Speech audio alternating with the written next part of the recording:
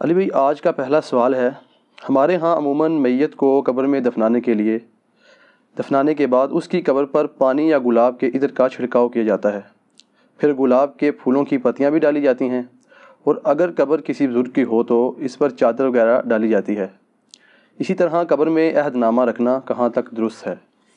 دیکھیں جی، جو جنازے سے متعلق جتنی چیزیں ہیں، خصوصاً میت کو جو دفنانے کے ساتھ ریلیٹڈ ہیں، اس میں اکثر جو ہمارے معاشرے کے اندر، سب کانٹیننٹ کے اندر رسومات ہیں، یہ بدعات ہیں۔ کچھ چیزیں سنت بھی ہیں لیکن زیادہ تر بدعات ہیں۔ یہ جتنی باتیں آپ نے گنوائی، ان میں اکا دکا چیز تو آپ سنت کہہ سکتے ہیں، باقی اس سے بھی بڑھ کر لوگ تو کفنی لکھتے ہیں باقاعدہ، یعنی وہ کئی بار ہمارے پاس بھی لوگوں نے بھیجا ہے کہ جی آپ اس کے اوپر ذرا کلمہ لکھتے ہیں، فزیکلی کلمہ کفن کے اوپر لکھواتے ہیں۔ جو سمجھدار ہیں وہ کہتے ہیں نہیں جی فزیکلی نہ لکھیں، بس ہاتھ کے اشارے سے لکھتے ہیں، اور کلمہ لکھوانے کے لیے علماء کے پاس بھیجتے ہیں۔ آپ مسلمانوں کا لیول دیکھ لیں، وہ کلمہ بھی ٹائپ نہیں کر سکتے اس کے اوپر، ہینڈ رائٹنگ کے طور پر۔ اسی طریقے سے بعض لوگ حج اور عمرے کے لیے جب مکہ شریف جاتے ہیں، وہاں سے زمزم کے اندر بھگو کے لے آتے ہیں کفن کو۔ بعض لوگ مدینہ شریف کی مٹی لے آتے ہیں کہ ساتھ کفن میں رکھ دیں گے۔ عہد نامہ بعض لوگ، اب وہ عہد نامہ تو خود ہی کوئی ثابت نہیں ہے، اس کو رکھتے ہیں قبر کے اندر اور کہتے ہیں اس کی برکت سے کچھ ہو جائے گا۔ میرے بھائی، اس سے کچھ نہیں ہونا۔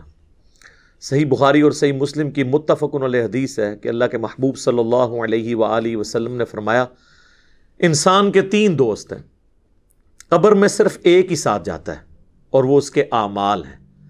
2 دوست باہر ہی رہ جاتے ہیں، اس کا مال اور اس کے رشتہ دار، یہ قبر سے باہر رہتے ہیں۔ لہٰذا یہ قبر میں تو ان چیزوں سے کوئی نفع ہونے والا نہیں۔ جہاں تک پھول ڈالنے کا تعلق ہے، تو پھول کی تو اصل کوئی موجود نہیں ہے۔ اس کو جس حدیث پر قیاس کیا جاتا ہے نا، وہ بھی بہت دور کا قیاس ہے۔ وہ حدیث صحیح بخاری اور صحیح مسلم دونوں کے اندر موجود ہے کہ اللہ کے محبوب صلی اللہ علیہ وآلہ وسلم ایک جگہ سے گزر رہے تھے، تو آپ رک گئے اور آپ نے فرمایا کہ ان 2 قبر والوں کو عذاب ہو رہا ہے۔ یعنی اللہ تعالیٰ نے اپنے نبی علیہ السلام کو وہ غیبی خبر دے دی، دکھا دیا، اور فرمایا کہ کسی بہت بڑی بظاہر وجہ سے نہیں، ایک شخص جو ہے وہ چغلی کھاتا تھا اور دوسرا پیشاب کے چھینٹوں سے نہیں بچتا تھا۔ پھر نبی صلی اللہ علیہ وآلہ وسلم نے اپنے مبارک ہاتھوں سے ایک درخت کی ٹہنی توڑی اور اس کے 2 ٹکڑے کر کے دونوں قبروں پر ایک ایک ٹکڑا لگا دیا، اور فرمایا کہ جب تک یہ ہری رہیں گی، یعنی یہ بریکٹ میں جو اگلے الفاظ ہیں، یعنی وہ لوگ کہتے ہیں تسبیح کرتی رہیں گی، یہ بریکٹ میں ہوتے ہیں، اصل میں الفاظ ہیں کہ جب تک یہ سرسبز رہیں گی ان کے عذاب میں تخفیف ہوگی۔ اب اس حدیث کے تحت بعض لوگ یہ کہتے ہیں کہ چونکہ ہری جو ٹہنیاں ہیں وہ زندگی کی علامت ہے، اور وہ زندہ چیز جب اللہ کا ذکر کرے گی تو اس کی برکت سے قبر والے کو نفع پہنچے گا۔ اب یہ سب کچھ ایکسپلینیشن ہے، اس حدیث میں یہ الفاظ نہیں ہے، اور اس ایکسپلینیشن کے ساتھ آپ اختلاف بھی کر سکتے ہیں۔ اس کی وجہ یہ ہے کہ چیز کوئی ہری ہو یا سوکھ جائے، دونوں حالتوں میں اللہ کا ذکر کرتی ہے۔ سورہ بنی اسرائیل میں آیا نا کہ کوئی ایسی چیز نہیں ہے جو اللہ کی حمد کے ساتھ اس کی تسبیح نہ کرتی ہو، مگر یہ کہ تم اس کی تسبیحات کو سمجھ نہیں سکتے۔ سورۃ الرعد میں آیا کہ یہ جو بجلی گرجتی ہے، الرعد، یہ بھی اللہ کا ذکر کرتی ہے۔ صحیح بخاری کے اندر موجود ہے، حضرت عبداللہ ابن مسعود کہتے ہیں کہ بعض اوقات ہم اللہ کے محبوب صلی اللہ علیہ وآلہ وسلم کے ساتھ کھانا کھا رہے ہوتے تھے، تو وہ جو لقمہ ہم اٹھاتے تھے، ہم اس کی تسبیح کی آواز بھی سنتے تھے۔ یعنی حضور علیہ السلام کی موجودگی کی برکت سے یہ معجزہ عام لوگوں پہ بھی ظاہر ہو جاتا تھا، وہ اسے آبزرو کر لیتے تھے۔ تو کوئی خشک چیز ہو یا کوئی تر ہو، ہر چیز اللہ کا ذکر کرتی ہے۔ بعض محدثین کا یہ موقف ہے کہ یہ حضور کے ہاتھوں کی برکت ہے کہ آپ علیہ السلام نے اپنے مبارک ہاتھوں سے وہ ٹہنیاں لگائیں اور اس کی وجہ سے ان کے عذاب میں تخفیف ہو رہی ہے۔ تو یہ بات زیادہ وزنی لگتی ہے۔ بہرحال اس سے اصل ثابت ہو گئی کہ آپ ٹہنی لگا سکتے ہیں۔ پھول ڈالنا یہ تو فضول خرچی ہے، کیونکہ وہ تو آپ نے خرید کے ڈالنے ہیں، اور پھر آپ کے وہ کام بھی نہیں آنا ہے. ٹہنی تو پھر بھی جو آپ تشریح کرتے ہیں کہ جب تک ہری رہیں گی وہ تو ہری رہیں گی, پھول تو کچھ عرصے کے بعد ویسے ہی خشک ہو جانے ہیں, آپ کا مقصد پورا نہیں ہوگا, تو ٹہنی ہی لگائیں, اتنی دور کا قیاس نہ کریں. اور پھر پھولوں میں ایک رسپیکٹ والا معاملہ بھی آ جاتا ہے, اور اسلام میں قبروں کی یہ والی رسپیکٹ نہیں ہے کہ لوگ جو ہے وہ اس کی اس قسم کی رسپیکٹ کریں. ویسے تو ہر مسلمان کی قبر کی رسپیکٹ ہے, صحیح مسلم میں حدیث ہے کہ کوئی کسی مسلمان کی قبر پہ بیٹھے اس سے بہتر ہے کہ انگاروں پہ بیٹھ جائے. یعنی قبر کی آپ توہین نہیں کر سکتے, وہ اپنی جگہ ہے, لیکن اس طرح کی رسپیکٹ بھی نہیں کر سکتے کہ معاملات اتنے آگے چلے جائیں. اور عموماً جو قبروں کے اوپر چادریں چڑھائی جاتی ہیں یا یہ پھول ڈالے جاتے ہیں وہ اس قسم کی رسپیکٹ ہے. اور اس طرح کی رسپیکٹ تو نبی الاسلام نے اپنی قبر کے بارے میں فرمایا, مسند احمد میں حدیث ہے, اللہم لا تجعل قبری وثنا یعبد, اللہ میری قبر کو ایسا بت نہ بننے دینا کہ لوگ اس کی پرستش شروع کر دیں. بخاری مسلم دونوں میں حدیث ہے. اما عائشہ کہتی ہیں کہ نبی الاسلام کی بیماری کے دن چل رہے تھے, آخری وقت آپ کا قریب تھا, اور آپ بار بار اپنے چہرے مبارک سے چادر ہٹاتے تھے تکلیف کی وجہ سے, اور کہتے تھے لعن اللہ الیہود والنصارى اتخذوا قبور انبیائہم مساجدہ, اللہ کی لعنت ہو یہود و نصارہ پر, انہوں نے اپنے نبیوں کی قبروں کو سجدہ گاہ بنا لیا تھا. اور اما عائشہ کہتی ہیں حضور یہ اس لیے بات کر رہے تھے کہ آپ ہمیں ڈرا رہے تھے کہ آپ کی قبر کے ساتھ یہ کچھ نہ کیا جائے. اور آگے اما عائشہ کے الفاظ ہیں بخاری مسلم میں کہ اگر ہمیں یہ خطرہ نہ ہوتا کہ لوگ رسول اللہ کی قبر پہ سجدے شروع کر دیں گے تو ہم بھی زائرین کی زیارت کے لیے اس قبر مبارک کو اوپن چھوڑ دیتے, لیکن ہم ڈر رہے تھے. تو اس طرح کی رسپیکٹ نہ ہو کہ جس میں معاملات بہت آگے چلے جائیں. باقی یہ درست ہے کہ آپ ٹہنی لگا سکتے ہیں, اور یہ سنت مبارکہ ہے, اور حضور کی میں تو سمجھتا ہوں ہاتھوں کی برکت ہے. اس کو سپورٹیو حدیث بھی ہے بخاری اور مسلم دونوں میں. ایک حبشی عورت تھی جو مسجد نبوی کی صفائی کرتی تھی, اچانک فوت ہو گئی. صحابہ کرام نے رات کے وقت جنازہ پڑھ کے اسے دفنا دیا. نبی علیہ السلام نے کچھ دنوں کے بعد پوچھا کہ وہ عورت کدھر ہے, تو بتایا گیا یا رسول اللہ وہ تو فوت ہو گئی تھی. آپ نے فرمایا تم نے مجھے کیوں نہیں بتایا, میں بھی اس کا جنازہ پڑھتا. پھر آپ نے فرمایا مجھے اس کی قبر پہ لے جاؤ. حضور علیہ السلام قبر پہ لے گئے. حضور علیہ السلام کو صحابہ تو سمجھ رہے تھے کہ یہ تو عام سی عورت ہے, اس کی کیا امپورٹنس ہوگی, لیکن حضور علیہ السلام کے لیے تو جو دین کی خدمت کرنے والے لوگ ہیں ان کی امپورٹنس زیادہ ہے, چاہے وہ کچھ بھی ہوں دنیاوی سٹیٹس کے اعتبار سے. پھر نبی علیہ السلام نے اس کی قبر پہ جا کے جنازہ پڑھا, اور جب آپ واپس پلٹے تو یہ حدیث بخاری مسلم دونوں میں, مسلم کے آگے الفاظ ہیں, آپ نے فرمایا یہ قبریں اندھیروں میں ڈوبی ہوئی تھی, اللہ نے میرے جنازہ پڑھنے کی برکت سے انہیں نور سے بھر دیا ہے. تو اس سے یہ بھی پتہ چلا کہ وہ کافروں کی قبریں نہیں تھیں, کیونکہ کافر کو مرنے کے بعد نفع نہیں قبر میں پہنچ سکتا, مسلمانوں کی قبریں تھیں. اب میں صحابہ نہیں کہتا, آپ لوگ گستاخی کا فتویٰ لگا دیں گے. اس زمانے کے جو بریلوی دیوبندی اہل حدیث ہوتے تھے ان کی قبریں تھیں. یہی مجھے کہنا پڑے گا مجبوراً, ٹھیک ہے, حضور کے زمانے کے. تو آپ علیہ السلام کی دعا کی برکت سے یہ معاملہ اس طرح کا ہو گیا. تو یہ ٹھیک ہے, آپ قبر پہ جا کے بھی جنازہ پڑھیں. اور دیکھیں آٹومیٹکلی اللہ تعالیٰ نے میت کو نفع پہنچانے کے لیے یہ پھولوں والا کام کرنے کی ضرورت نہیں, کئی اور طریقے رکھ دیے ہیں. صحیح بخاری اور مسلم دونوں میں حدیث موجود ہے کہ ایک مسلمان کے دوسرے مسلمان پہ 5 حق ہیں, 5 حقوق ہیں. ان میں سے ایک یہ ہے کہ جب وہ مر جائے تو اس کا جنازہ پڑھے. تو جنازہ پڑھے گا تو اس کے لیے دعا کرے گا اس میں, تو وہ نفع اسے پہنچے گا. تو پھول ڈال کے ضرور نفع پہنچانا ہے. پھر سنن ابی داؤد میں حدیث ہے جب اپنے بھائی کو دفنا چکو تو اس کی قبر پر کھڑے ہو کر دعا کرو, قبر کے اندر جو سوالات ہیں ان کے جوابات میں استقامت کے لیے, یہ بھی اس کے لیے نفع ہے. پھر اس کے بعد بھی جب آپ کبھی قبر پہ جائیں تو صحیح مسلم میں موجود ہے آپ نے قبرستان والوں کے لیے دعا کرنی ہے, السلام علیکم اہل الدیار من المؤمنین والمسلمین وَإِنَّا إِن شَاءَ اللَّهُ بِكُمْ لَلَاحِقُونَ نَسْأَلُ اللَّهَ لَنَا وَلَكُمُ الْعَافِيَةَ. اے جو مسلمان مومنین اور مسلمین یہاں پہ جتنے بھی لوگ دفن ہو تم پر سلامتی ہو, ہم بھی اللہ نے چاہا تو عنقریب تمہارے پاس آنے والے ہیں مر کے, ہم اللہ کے حضور تمہارے لیے اور اپنے لیے عافیت کا سوال کرتے ہیں. تو یہ دعا کا بھی نفع ہے, وہ آپ نے قبرستان جب بھی جانا ہے دعا کرنی ہے تو وہ بھی نفع اس کو پہنچ رہا ہے.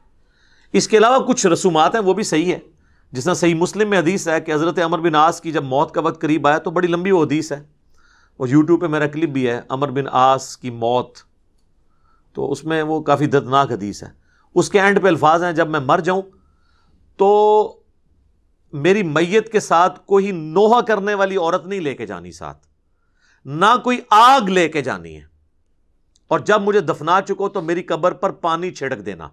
تو اس سے پتہ چلا کہ قبر پہ پانی چھڑکنا سنت ہے، اور میری قبر پہ اتنی دیر بیٹھے رہنا، یعنی اس کے اوپر نہیں، یعنی مراد اس کے سائیڈ پہ، جتنی دیر اونٹ کو نہر کر کے، اونٹ کو نہر کرنے کے بعد اس کا گوشت تقسیم کیا جاتا ہے، یعنی آلموسٹ 2.5-3 گھنٹے، تاکہ میں اپنے قبر کے ساتھ مانوس ہو جاؤں اور سوالات کے جوابات میں مجھے استقامت نصیب ہو۔ تو قبر پہ بیٹھنا اتنی دیر، تو یہ سنت ہے، یعنی ظاہر ہے سنت اس اعتبار سے ایک صحابی تعلیم کر رہے ہیں۔ تو پانی کا چھڑکاؤ کرنا بھی سنت ہو گیا، جنازے کی دعا بھی سنت ہو گئی، قبرستان کی دعا بھی سنت ہو گئی۔ اور سورۃ الحشر میں تو اللہ تعالیٰ نے کیٹاگوریکلی فرمایا ربنا اغفر لنا ولاخواننا الذین سبقونا بالایمان، اہل ایمان کی نشانی ہے کہ وہ اپنے سے اگلے جو لوگ گزر چکے، مر چکے، ان کے لیے دعا کرتے ہیں۔ تو وہ تو ہم عام دعاؤں میں بھی ہمارا حصہ ان تک پہنچتا رہتا ہے، وہ ہم نے دعا کرنی ہے ہر صورت میں۔ باقی اللہ کی مرضی ہے، وہ دعا کو قبول کرے۔ صحیح مسلم میں حدیث ہے کہ جس مسلمان کے جنازے میں 40 ایسے مسلمان شریک ہو جائیں جو شرک نہ کرتے ہوں، تو اللہ تعالیٰ ان کی شفاعت اس مردے کے حق میں قبول کر لے گا۔ اب یہ اللہ کی مرضی ہے، قبول کرے یا نہ کرے۔ بخاری مسلم دونوں میں حدیث ہے کہ عبداللہ ابن ابی جب مرا ہے، حضور علیہ السلام نے اپنا کرتا مبارک کفن کے طور پہ اسے دیا، چونکہ اس کا بیٹا صحابی تھا، نبی علیہ السلام کی اخلاقیات تھیں۔ اپنے مبارک ہاتھوں سے اسے قبر میں اتارا، جنازہ پڑھایا، اپنا تھوک مبارک اس کے منہ میں ٹپکایا، لیکن اینڈ رزلٹ یہ ہوا کہ سورہ توبہ میں آیات نازل ہوئیں کہ آپ 70 دفعہ بھی ان کے لیے مغفرت کی دعا کریں، ہم قبول نہیں کریں گے، اور آئندہ نہ تو آپ نے ان کا جنازہ پڑھنا ہے اور نہ کسی کی اس طرح کے بندے کی قبر پہ آپ نے کھڑے ہونا ہے۔ تو وہ اللہ کی مرضی کسی کو نفع پہنچائے یا نہ پہنچائے، اس طرح دھواں زبردستی کے ساتھ نہیں کر سکتے۔ بخاری مسلم دونوں میں حدیث ہے، نبی علیہ السلام کا ایک غلام تھا مدعم، جو آپ علیہ السلام کہ اونٹ کا کجاوا کسا کرتا تھا، سفر و حضر میں آپ کو وضو کرواتا تھا، آپ کے ساتھ ایک اٹیچ تھا۔ جب مر گیا خیبر کے موقع پر ایک نامعلوم تیر اسے لگا، کوئی دشمنوں کی طرف سے تیر آیا تو لگ گیا، وہ شہید ہو گیا۔ تو صحابہ نے کہا کہ ہم تو اس کو جنت کی بشارت دیتے ہیں، کتنا خوش نصیب ہے یہ۔ تو نبی علیہ السلام فرمایا تم اس کی جنت کی بات کر رہے ہو، اور مجھے اللہ نے دکھایا کہ اس نے مال غنیمت سے صرف ایک چادر چوری کی تھی جو آگ کی اس کے اوپر ڈال دی گئی ہے۔ اب دیکھیں، یعنی اس سے آپ کو پتہ چل گیا صحابہ کرام کو وہ چادر نظر نہیں آئی، تو آپ کے بابوں کو کسی کی آخرت کیسے پتہ چل سکتی ہے؟ کشف القبور اور وہ پتہ نہیں کیا کیا کلیم کرتے ہیں۔ تو حدیث کے الفاظ ہیں، بعض اصحاب نے اگر کوئی ایک رسی بھی یہ سمجھ کے اٹھائی تھی کہ اس کی تو مال غنیمت میں اتنی ورث نہیں ہے، وہ اپنے گھر میں گئے اور واپس لا کے وہ مال غنیمت میں جمع کی کہ کہیں یہ رسی نہ آگ کی بن کے ہمارے اوپر آ جائے۔ تو اس سے اندازہ کریں کہ نبی علیہ السلام کی صحبت میں رہنے والے اگر کسی شخص سے بھی کوئی معاملہ مس ہینڈل ہوا ہے تو اللہ تعالیٰ نے تو اس کا لحاظ نہیں کیا۔ آپ لاکھ کہتے رہیں جو کچھ بھی ہیں تیرے محبوب کی امت سے ہیں، جو محبوب کے ساتھ ڈائریکٹ اٹیچ تھے نا، ان کو بھی اپنے کیے ہوئے اعمال کا انجام بھگتنا پڑا ہے۔ باقی اللہ کی مرضی کسی کے حق میں دعا قبول کر لے، تو وہ اس قسم کی جو رسومات ہیں وہ دعاؤں کی شکل میں جتنے معاملات ہیں وہ تو ٹھیک ہیں۔ اس طرح قبر کے اوپر چادر ڈالتے ہیں تو یہ تو کوئی ثابت نہیں ہے۔ صحیح مسلم میں حدیث ہے کہ نبی علیہ السلام کی قبر میں سرخ رنگ کی چادر بچھائی گئی تھی، آپ کے جسم مبارک اور مٹی کے درمیان، تاکہ یعنی وہ مٹی نہ لگے جسم مبارک اور کفن کو۔ تو وہ یہ جو انہوں نے ایک عقیدہ گھڑا ہوا ہے نا المحنت کے اندر، دیوبندیوں نے، بریلوی بھی مانتے ہیں کہ وہ حصہ زمین جو حضور کے ساتھ ٹچ کیے ہوئے ہے، سر کوئی حصہ زمین ٹچ نہیں کیا، وہ بیچ میں سرخ چادر ہے اور اس کے بعد کفن بھی ہے۔ تو آندہ وہ کہا کریں کہ وہ سرخ چادر اور وہ سفید کفن جو حضور کے ساتھ ٹچ ہوا ہے، اس کے بارے میں بھی کچھ چیز بنائیں آپ۔ ہم تو انجینئرنگ کریں گے، میں اس پہ بھی ایک ڈیٹیل ویڈیو بناؤں گا کچھ عرصہ صبر کرنے کے بعد انشاءاللہ تعالی، جب انہیں دیا ہوا جو ایک اللہ کی طرف سے ایک سمجھ لیں زخم خشک ہونے لگے گا تو پھر دوبارہ سے ہم انشاءاللہ تعالی ان کے بزرگوں کے عقائد کی انجینئرنگ کریں گے قرآن و سنت کی روشنی میں. تو قبر کے اندر آپ چٹائی بچھا سکتے ہیں، یعنی اس کو میت کو مٹی سے بچانے کے لیے بالکل درست ہے. اور قبر کے اوپر پانی چھڑکنا مٹی کے بعد ڈالنے کے بعد یہ بالکل درست ہے. اور میرا خیال نہیں ہے کہ اس میں آپ کو کوئی عطر وغیرہ کی بوتل ضائع کرنے کی ضرورت ہے، اس لیول پہ جانے کی ضرورت نہیں ہے. پھولوں کا جہاں تک معاملہ ہے وہ تو کوئی اس طریقے سے ثابت نہیں ہے. اب وہ جس طریقے سے قیاس کر رہے ہیں تو وہ پھر قیاس ملٹی پلائی ہوتا جائے گا، اور مجھے اس کی کوئی لاجک سمجھ نہیں آتی، کیونکہ اس میں فضول خرچی والا عنصر بھی اور قبر کی ایک ضرورت سے زیادہ تعظیم والا معاملہ بھی آ جاتا ہے جو اس میں فٹ ان نہیں بیٹھتا. خصوصاً ہمارے معاشرے کے اندر تو آپ کو پتہ ہے کہ یعنی 10 چیزیں ہوتی ہیں تو ایک بندہ آ کے صفر لگا کے اسے 100 بناتا ہے، ایک اور آ کے اسے 1000 بناتا ہے، اور ایک نہ ختم ہونے والا ایک سلسلہ شروع ہو جاتا ہے. یہاں ہم یہ رسک نہیں لے سکتے کہ لوگوں کو اپنے اپنے معاملات کرنے کی اجازت دیں. یہاں تو لوگ قبروں پہ اذانیں دے رہے ہیں. یعنی اگر قبر پہ اذان ہوتی تو نماز جنازہ سے پہلے اذان ہو جاتی نا، وہ تو نماز تھی، اس سے پہلے اذان نہیں ہوتی. جب نماز جنازہ سے پہلے اذان نہیں ہے تو قبر کے اوپر اذان کہاں سے؟ پھر میت کے ساتھ جاتے ہوئے وہ لا الہ الا اللہ اونچی آواز میں پڑھتے ہیں. آپ اگر کہہ دیں کہ بھئی یہ ثابت کیوں کہتے ہیں، آپ کلمے کو نہیں مانتے. ٹھیک ہے، آپ دیکھیں کہ کس کس قسم کی چیزیں ساتھ جوڑی ہوئی ہیں. بھئی اگر اسی چیز کے طریقے سے چیزوں کو منوانا ہے تو پھر کل کو ہم کہیں گے کہ آپ جنازے کی اذان اور عید کی اذان شروع کریں تو یہ کہیں گے نبی الاسلام نے نہیں دی ہے، ثابت نہیں ہے. تو آپ کہیں پھر ہم ان کو پھر یہ کہیں گے کہ پھر آپ تو اذان کو ہی نہیں مانتے. تو یہ کیا کہیں گے کہ ہم مانتے ہیں لیکن جدھر ہے وہاں مانتے ہیں نا. تو سر ہم بھی وہیں پہ اذان مانتے ہیں جہاں پہ ہے.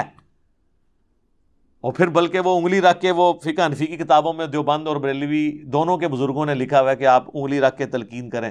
وہ جو ڈاکٹر طاہر القادری صاحب کی ویڈیو بھی آئی تھی کہ پڑھ بیٹا، طاہر بیٹا پڑھ. پھر وہ کہہ رہے ہیں کہ آپ لوگ دور ہو جائیں، بھی فرشتے آنے والے ہیں یہاں پہ. ٹھیک ہے نا جی. تو وہ بس اس طرح سے چیزیں ان لوگوں نے بنا دی ہیں. اب کیا کیا جائے؟ اس طریقے سے کسی کو کوئی نفع نہیں پہنچایا جا سکتا زبردستی دھونس کے ساتھ. میت کے لیے دعا کریں. صحیح مسلم میں حدیث ہے کہ مرے ہوئے شخص کو، میت کو صرف 3 چیزوں کا ثواب پہنچتا ہے. نمبر 1 صدقہ جاریہ، اس نے اپنی زندگی میں کوئی ایسا کام کیا جو بعد میں بھی جاری ہے. کسی نے کوئی مسجد میں پنکھا لگوا دیا، کوئی چٹائی بچھا دی، اور وہ بعد میں بھی لوگ اس سے نفع اٹھاتے ہیں. قرآن ترجمے والے رکھوا دیے مسجد کے اندر. دوسرا فرمایا علم کی بات، جیسے امام بخاری نے صحیح بخاری لکھی، امام مسلم نے صحیح مسلم. قیامت تک لوگ اس علم سے نفع حاصل کریں گے تو امام بخاری امام مسلم کا آٹومیٹکلی ثواب مل رہا ہے.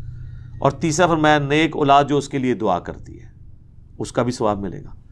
صدقہ اور خیرات کا بھی ثواب ملتا ہے. وہ سنن نسائی میں حدیث ہیں. ایک پورا ایک ٹاپک ہے، میں نے اس کے اوپر ایک ڈیٹیل لیکچر ریکارڈ کروا دیا ہے، ایصال ثواب کے 10 طریقے، جس میں میں نے بتایا کہ اس طریقے سے آپ میت کو نفع پہنچا سکتے ہیں. اس میں میرے بھائی یہ پھولوں والا معاملہ کہیں پہ نہیں آتا. اس کے ساتھ جتنی جڑی ہوئی چیزیں وہ جان بوجھ کے میں ڈسکس کر دیتا ہوں تاکہ معاشرے کے اندر جو بدعات ہے نا وہ کلیریفائی ہو جائے. ادروائز تو جس کا جو دل کرتا ہے نا وہ اس کے ساتھ. ابھی تو بلکہ ایک اگلی بدعت بھی شروع ہو چکی ہے. آپ تو میت گھر میں رکھی ہوتی ہے نا، وہاں پہ بھی لوگ اس کے گرد دائرہ بنا کے تو کلمہ پڑھنا شروع کر دیتے ہیں. اور بعض اوقات اس شخص کی میت کے اوپر کلمہ اور قرآن پڑھ رہے ہوتے ہیں جس نے پوری زندگی قرآن کھول کے خود نہیں دیکھا ہوتا. تو اللہ تعالیٰ کو آپ کے اس قرآن پڑھنے سے کیا انٹرسٹ ہوگا جس شخص نے اپنی زندگی میں قرآن کو سیریس نہیں لیا. باقی دعا کریں، اللہ سے امید رکھیں، حسن ظن رکھیں کہ اللہ تعالیٰ اس کے لیے کوئی عافیت والا معاملہ فرمائے گا. لیکن ہمارا کام ہے ان چیزوں کو ہائی لائٹ کریں تاکہ اگر کسی کی اصلاح کا کوئی پہلو نکلتا ہو تو نکلے. باقی دھونس زبردستی کے ساتھ تو ہم چیزوں کو بنوا نہیں سکتے. تو میں نے یہ ایک اوور آل ایک چیزیں کلیئر کر دیں. تو اس کا اینڈ رزلٹ کنکلوژن یہ ہے کہ پھول ڈالنا ثابت نہیں ہے، ٹہنی لگانا ثابت ہے، پانی کا چھڑکاؤ کرنا ثابت ہے قبر کے اوپر، اور قبر پہ کھڑے ہو کے دعا کرنا ثابت ہے، قبرستان جاتے ہوئے دعا کرنا ثابت ہے. تو یہ وہ ساری چیزیں ہیں جو میت کو نفع پہنچانے کے لیے، کیونکہ اینڈ رزلٹ لوگ یہ سمجھتے ہیں کہ ہم نے اس پھول کے ذریعے اس کو نفع پہنچانا ہے، تو وہ پھر جس طریقے سے نفع بتایا گیا اسی طریقے سے آپ نے پہنچانا ہوگا. ٹھیک ہو گیا جی؟ جزاکم اللہ خیر.